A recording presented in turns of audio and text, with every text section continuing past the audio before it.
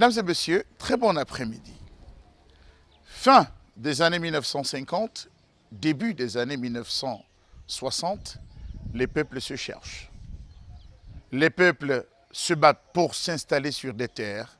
Les peuples se battent à la conquête ou à la recherche de ces acquis qu'ils ont perdus à cause de l'esclavage et de la colonisation. Autre, en dehors des guerres en termes d'installation.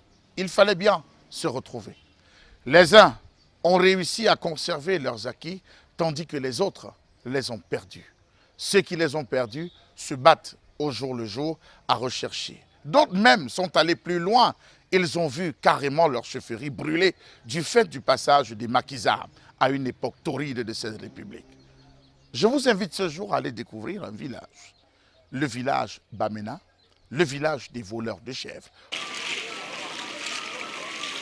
D'après les écrits des historiens, les Bamileke seraient incontestablement parmi les groupes ethniques ayant une importance significative au Cameroun.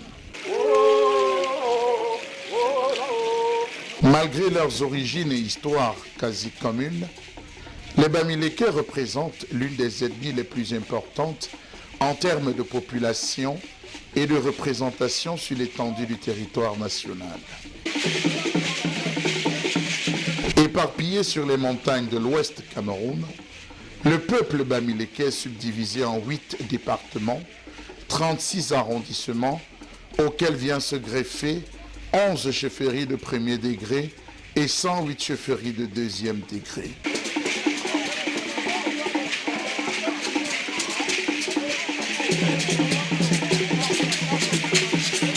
Les Bamileke à ce jour parlent un très grand nombre de dialectes répartis sur une centaine de petits royaumes indépendants avec chacun des particularités historiques, anthropologiques, sociologiques et artistiques. Cas de Bamena, chefferie de deuxième degré, située à 250 km de Douala et 10 km de Banganté, sur la nationale numéro 5, dont le seul nom rappelle à suffisance les évolutions du temps. Bamena, ce n'est que la traduction en langue française du mot Ménon. Parce que le vrai nom même de ce groupement, c'est Ménon, qui veut dire la mère des animaux. C'est les Français qui l'appellent Bamena. Comme partout ailleurs, on a dit Bachingu, Balengu, Bazou, tout ça. Mais nous, à Bamena, un exemple palpable, nous on dit Kodemeno, qui veut dire le comité de développement de Ménon. Bien au-delà d'être une appellation francisée, l'oralité Ménon nous renseigne en suffisance que les ancêtres des Bamena seraient des chasseurs qui, à la recherche de la viande, auraient découvert un territoire giboyeux dont ils sont devenus extrêmement jaloux. Un groupe de chasseurs est parti de Bangou, de Balungu Bangou, est arrivé ici et a trouvé que la forêt était peuplée de beaucoup d'animaux. D'ailleurs même, les derniers panthères dans cette forêt sacrée-ci ont été, je m'excuse, exterminés dans les années peut-être 70.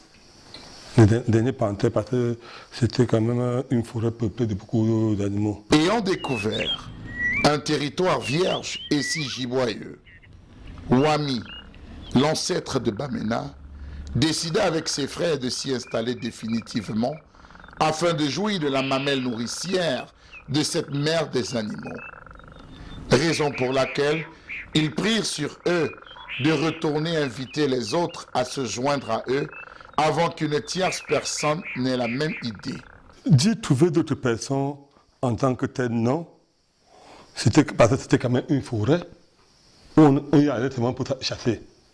Et c'est quand ils ont constaté, qu'ils se sont rendus compte que d'aller et revenir, on pouvait une fois s'installer sur place. Il a fallu encore repartir, chercher la famille et les ramener pour s'installer. Et en revenant à ce moment, ils ont amené d'autres personnes. C'est pourquoi on dit les Bamena viennent d'abord de Balumgu, qui sont aussi partis de Balum, qui viennent par Balumgu, Bangou, avant de s'installer à Bamena. Et voilà comment ils se sont installés ils ont, avec la multiplicité dans les familles, certaines ont suivi aussi par la chasse, d'autres par des conquêtes du territoire aussi. À la recherche de nouveaux territoires, ils sont aussi venus surmonter à ces gens-là et ils ont donc gonflé le nombre d'habitants qu'il y avait à ce moment-là. Ouami, une fois revenu en nombre avec ses frères, dut livrer des batailles avec d'autres peuples guerriers qui convoitaient eux aussi cet espace hautement giboyeux, devenu la propriété des Bamena. Ils devaient avoir la conquête des territoires, mais ceux qui devaient aider, qui étaient déjà installés, ne pouvaient pas aussi se laisser faire comme ça là. Les Ménons ne pouvaient pas aussi se laisser faire. D'ailleurs même que le territoire Bamena n'était pas aussi grand comme aujourd'hui là. C'était un petit territoire qu'avec le temps les gens ils sont agrandis par la conquête, par des guerres, par des ruses comme ça pour agrandir afin que nous soyons sur le territoire que nous occupons aujourd'hui là. Vivant de manière conviviale et dans le respect sur cet espace avec ses frères, l'ancêtre fondateur, ayant pris de l'âge, décida qu'il était temps qu'il y ait un successeur à la tête de sa famille. Raison pour laquelle il dit à ses frères que celui qui ramènera un gibier préparé et bien assaisonné avant le coucher du soleil sera fait roi. Donnant ainsi lieu à toutes sortes de stratégies, parmi lesquelles le vol de chèvres. L'histoire du vol de chèvres, c'est quoi?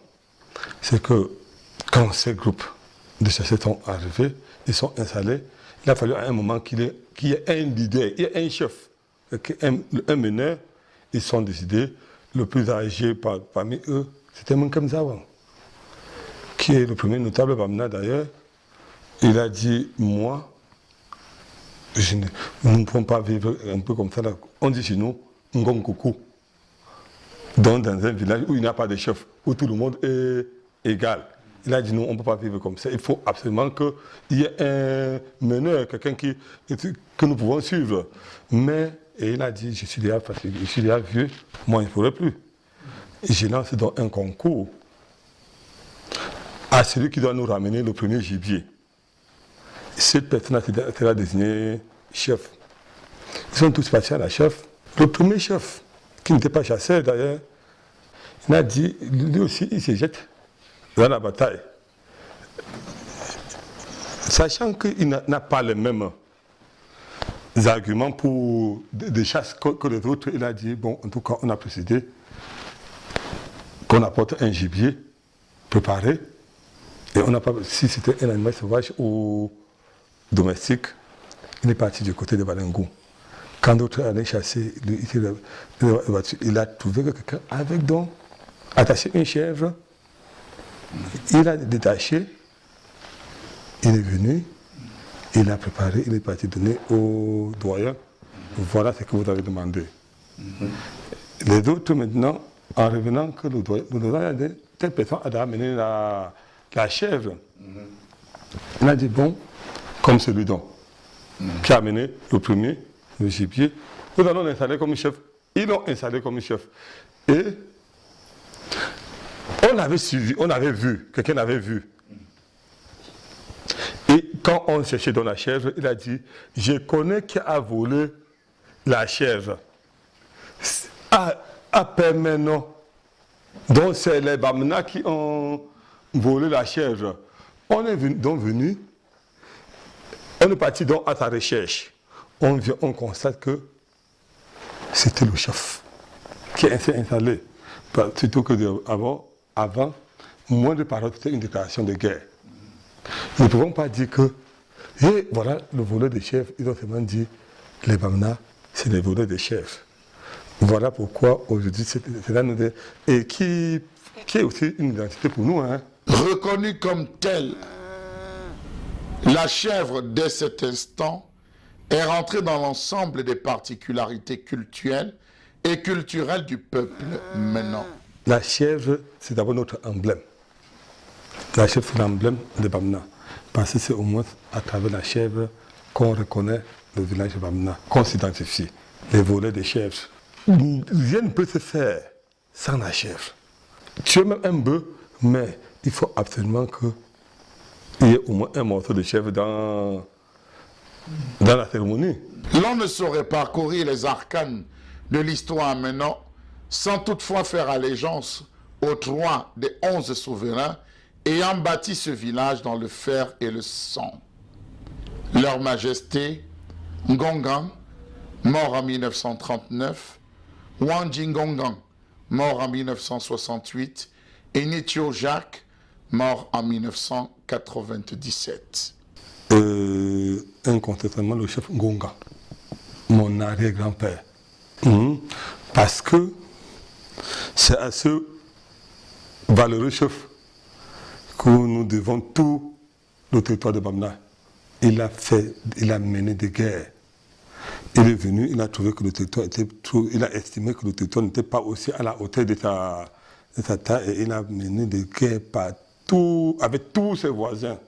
Bon, en partant d'abord que c'est le chef Ngongan qu'on a fait le traçage de Bamna, hein, on a fait la carte de Bamna. Le chef Ngongan, c'est celui qui a combattu les Allemands. C'est celui qui a combattu les Allemands quand les Allemands sont arrivés à l'ouest d'Alondé. Le chef Baranté, sachant que le chef Ngongan était un bagarreur qui ne se mettait pas facilement, il a envoyé un messager au chef Ngongan pour nous dire comme quoi de se méfier des gens qui arrivent là. Parce que c'est des gens qui peuvent rester ici et tuer quelqu'un à 100 mètres. Mais le chef Ngongan alors a dit non, sa chose ne pourra jamais être prise de cette façon. Il a envoyé les guerriers donc, à la frontière Bamna avec Baranté où on a mené une guerre vraiment sanglante où on a tué beaucoup de Bamna. Mais les Bamna ont parvenu juste à prendre le chapeau du blanc. Pourquoi? Parce qu'ils estimaient que ce chapeau ne méritait qu'à leur chef. Et c'est même là où l'hymne Bamna, le chant de ralliement Bamna a été tiré.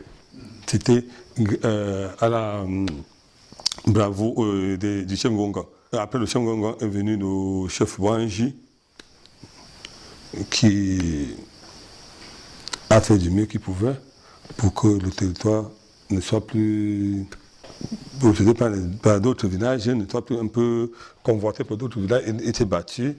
Et après est venu mon papa, le chef Nieto.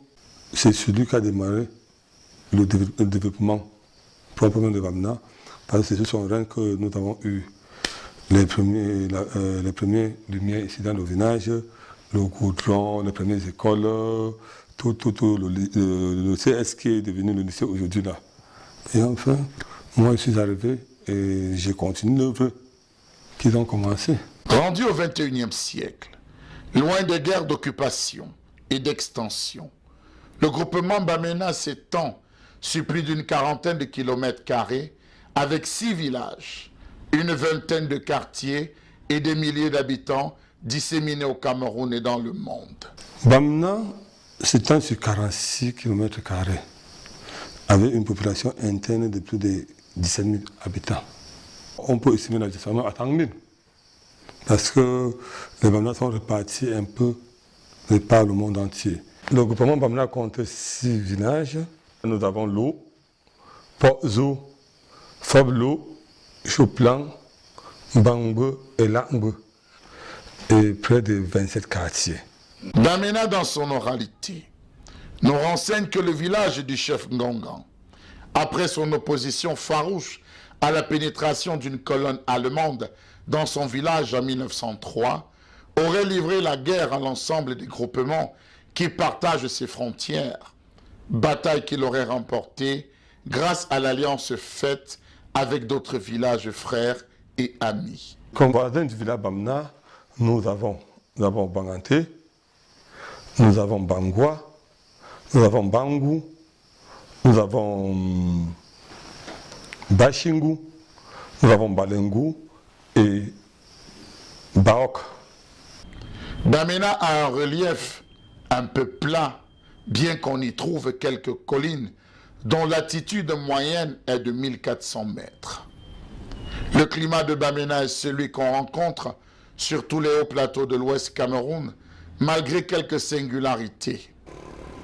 Il se place d'ailleurs bien dans le type camerounien d'altitude avec ses deux saisons, la saison sèche et la saison de pluie.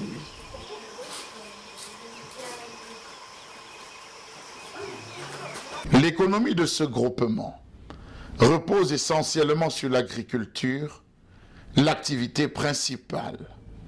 À Meno, chaque famille possède d'importantes parcelles de terre sur lesquelles elle pratique une activité intense dont les fruits seront destinés soit à la consommation locale ou alors à l'écoulement sur les marchés périodiques. Au départ, la population de Bamna vivait de la chasse surtout et de l'agriculture. En culture maraîchère, nous avons la tomate, la pastèque et les poivrons, les piments aussi. Et en culture vivrière, nous avons les arachides et les maïs et des petits commerces. Sur le plan culturel, le groupement Meno est en pleine reconstruction après les multiples séquelles laissées par la guerre des indépendances. Bamna a amorcé un pan de son développement, surtout dans la culture. Parce que, il faut le rappeler, la chefferie Bamna a été incendiée dans les années 1950, lors du temps de Maquis. La chefferie Bamna a été incendiée et a été même déplacée pour le centre-ville. Ce n'est qu'après mon père qu'on a ramené ça ici et vous convenez avec moi que l'incendie, tout a été détruit. Guerre qui aura conduit à la destruction barbare et sauvage du patrimoine communautaire bamena par l'armée camerounaise. Donc, c'est lorsque l'armée est arrivée et a demandé à tous de monter au centre qu'on appelle le camp de regroupement. Tous ceux qui ne devaient pas se déplacer devaient être considérés comme des marquisats. Le chef a dit non, il ne pouvait pas quand même abandonner la chefferie pour aller au camp. Et là, on a considéré le chef comme un marquisat. On est venu ici, on a arrêté, on a tué des gens même. Ce jour, on a tué beaucoup de gens ici. Et toutes les maisons que vous voyez ici, c'est des nouvelles maisons. Il n'y a que peut-être 2 ou 3 maisons ici qui ont résisté aux flammes, mais toutes c'est des nouvelles maisons qui ont été reconstruites après 1970. Sur le plan touristique, le groupement Meno présente les grands défis du millénaire de par ses atouts matériels et immatériels. Un touriste désireux de découvrir le groupement Meno sera hautement surpris des multiples merveilles qu'offre la nature dans ce bel univers. Pour tous les touristes qui peuvent arriver à Bamna, il y a quand même la grande forêt sacrée, qui est l'une des plus grandes forêts sacrées de l'Ouest d'ailleurs, et la chute de Chili. À la chute, d'abord, beaucoup viendront là-bas pour prendre des bénédictions. Tous les enfants du village, d'abord, toutes les vacances s'arrangent à venir d'abord, non seulement en tourisme, mais venir aussi prendre la bénédiction ancestrale afin que ce soit les études, que ce soit les affaires prospèrent. La grosse sacrée de Toungu, c'est là où nos parents ont d'abord fui les Maquis pour aller s'abriter. Donc pour nous, c'est un endroit aussi très significatif, où chacun, c'est un peu comme un pèlerinage aussi pour chaque Bamna. Aller se ressourcer là-bas. Et la chute des Chouplan, pour le moment, là, voilà ce que les touristes peuvent découvrir à Bamna.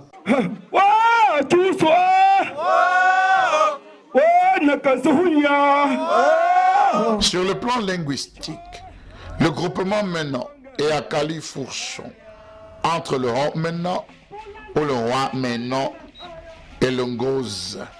Influence liée à la proximité territoriale et aux échanges commerciaux.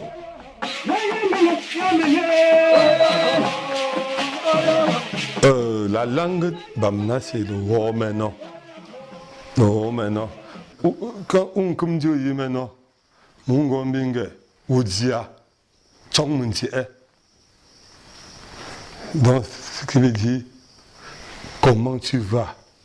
Est-ce que tu as bien dormi? Il te répond, tu es physique, donc ça va. On ne peut pas comment as-tu laissé les enfants? Oh, papa me dit, donc, tout est à Dieu. Parce que l'homme Bamna aussi c'est un homme politicien qui n'aime pas toujours dire... Au-delà de toutes ces particularités culturelles, le village Bamena, sur le plan culturel, est hiérarchisé du haut de la chefferie jusqu'à la plus simple strate. Chaque personne occupe à Bamena une place prépondérante dans la gestion des affaires de la communauté. Le tout piloté par le roi qui est assisté immédiatement par les Mabengop. Au nom du conseil des notables Bamena, réuni en session extraordinaire le 17 décembre 2018 et en vertu des pouvoirs qui m'ont été légués par nos ancêtres, je t'élève au rang de Mabengop.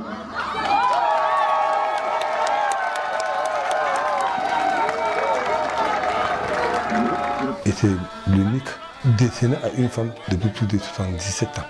Ni mon grand-père, ni mon père, personne n'a fait. Mabengop, qui occupe dans le groupement Bamena une place de choix. Raison pour laquelle, depuis plus d'un siècle, le village Bamena n'a pas vu installer, introniser une femme qui devra jouer ce rôle de réconciliatrice, ce rôle au plus haut sommet des assemblées traditionnelles. C'est un choix d'abord institutionnel aussi au vu des œuvres que quelqu'un a pu poser dans le village. Ça ne veut pas pour autant dire qu'elle a fait plus que les autres, hein. Mais d'abord le comportement aussi joue aussi tout en ta faveur. C'est les choses qui se succèdent par esprit de foi. Et celle-ci, elle a succédé à sa grand-mère. On ne s'initie pas, on t'accouche avec. La Mabengop, chez les Bamena, est une femme qui, de par son caractère, règle les problèmes qui peuvent survenir dans la cuisine du chef, qui s'occupe des affaires des femmes, de la chefferie, une ambassadrice de bonne volonté, bref, celle-là qui vient juste après le chef lors des cérémonies hautement culturelles comme le Zouk Bingo. Et je l'ai fait pourquoi? Parce que suivant la coutume Bamena, on le fait à l'occasion d'un grand événement qu'on appelle l'Onzo. C'est à l'occasion de l'Onzo qu'on reconnaît tous ceux qui portent la peau de panthère. Et avec notre vision que nous avons, si Dieu nous le permet, en 2021, nous avons l'ambition d'organiser une danse Nzo ici à Bamena. En pénétrant les arcanes de l'histoire Bamena, force est de constater que la personne qui accède au grade de Mabengop procède à une mutation de statut grâce à une initiation lente mais rigoureuse qui s'étendra sur des années. Avec ce grade, on ne l'approchera plus n'importe comment, du fait qu'elle appartient à un monde autre que celui du commun des mortels. Là où elle entre, je ne peux pas entrer. Vous avez vu même là-bas que je ne pouvais pas entrer. Même eux-mêmes ne veulent pas que nous on part près d'elle. La façon qu'on est en train de l'initier. Vous avez vu, non? On évitait que d'autres gens n'entrent pas. Le lieu secret. Oui. On va se balader que si tu entres sur une place, tu peux t'asseoir comme ça. Comme aujourd'hui, on lui a montré que tu t'assois comme ça. Depuis le matin, ça part, on a dit que ne salue même pas. Oui. On va commencer à leur dire que fais pas comme ça. On dit à elle que tu vas marcher pas comme ça, pas comme ça, pas comme ça. L'initiation ne prendra forme que si le père de la choisie est d'accord. Pour ce faire, il devra prendre la main de sa fille de manière symbolique et la remettre au roi afin que celui-ci procède à son intronisation officielle, bien qu'ayant démarré sur le plan officieux. Désormais, elle va aborder ce titre de notabilité de la chefferie Bamena S'il m'a choisi, je me dois d'abord de l'accepter et de me mettre au travail. On ne choisit pas ou on n'achète pas ce titre. Je tends ce flambeau, c'est défendre d'abord l'image de la communauté Bamena dans le monde entier. Dès ce jour, elle est appelée à jouer pleinement son rôle auprès de l'ensemble des fils, filles et femmes maintenant. Le rôle que ma a maintenant dans nos villages, c'est la mère rassembleuse qui prend et qui distribue.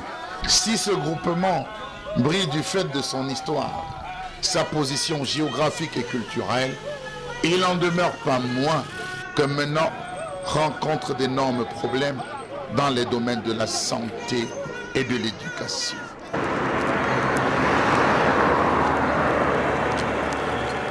Une page se ferme, tandis qu'une autre s'ouvre, celle de la prospérité, celle de la projection dans le temps. Au Bamena qui hier portait les séquelles du maquis devra s'ouvrir à la globalisation de ce village planétaire. Moi maintenant, pour maintenant, pour l'onconinaise. Tiens, l'eau me chasse ça. Ma maintenant, il offre. Quand vous mettez, et pas yo, poste l'embouelle. On va me prendre. Donc maintenant, ma pour pas pendant. Pas pour tuer n'gambi. Tu parles pour n'gambi.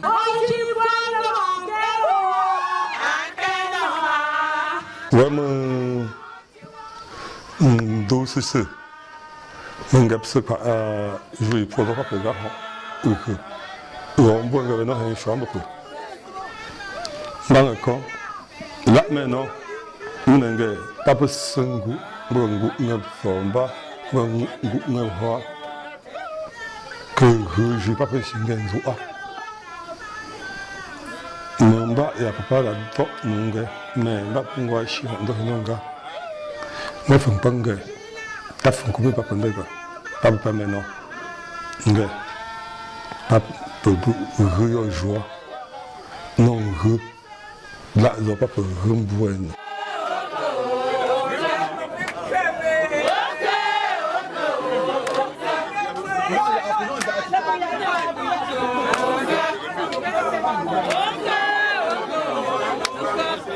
Le village, maintenant, comme certains villages se construisent à petit feu, tout doucement, ils se battent à retrouver leurs lettres de noblesse, leurs lettres d'antan. Aujourd'hui, à cheval entre une architecture archaïque et galopante, ils réussissent au moins à retrouver les bases de leur culture. Ce village peut désormais se vanter d'avoir une Mabangop, une maman qui saura rassembler, une maman qui saura faire la paix lorsque ça n'ira pas dans la chefferie.